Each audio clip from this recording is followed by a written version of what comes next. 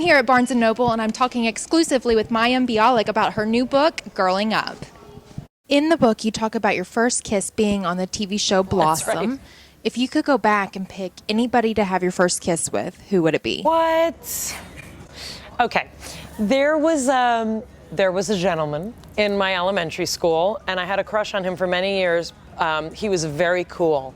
He was like one of the coolest kids in elementary school. I asked him if he would be my cha-cha partner to dance to Stand By Me at our graduation from elementary school, and I was sure he'd say no because he was really, really cool.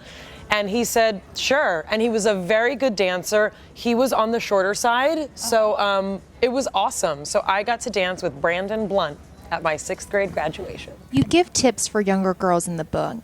If you could go back and give your teenage self a piece of advice, what would it be?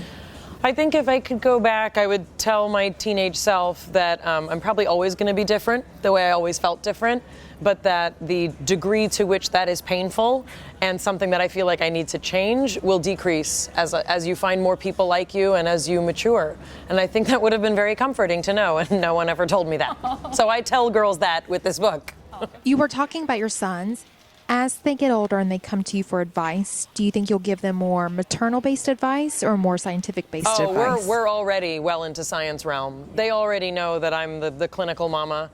I mean, it's clear that I'm still very classically a mother and a very particular type of, loving and nurturing and protective mother. But yeah, I'm very, very clinical. And they know when they ask a question about a boo-boo or why is this, that they're really going to get the answer.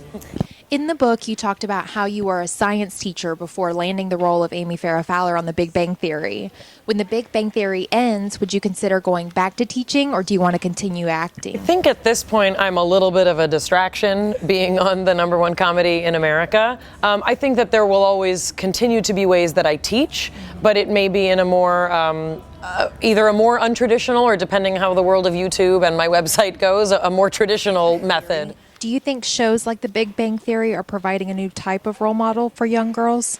I think that The Big Bang Theory shows a different kind of role model for boys and girls. I think that there are aspects of a lot of the male characters on our show that I look up to and that I would find inspiring. Who would you pick as a good role model for young girls? Who would I pick as a good role model for young girls?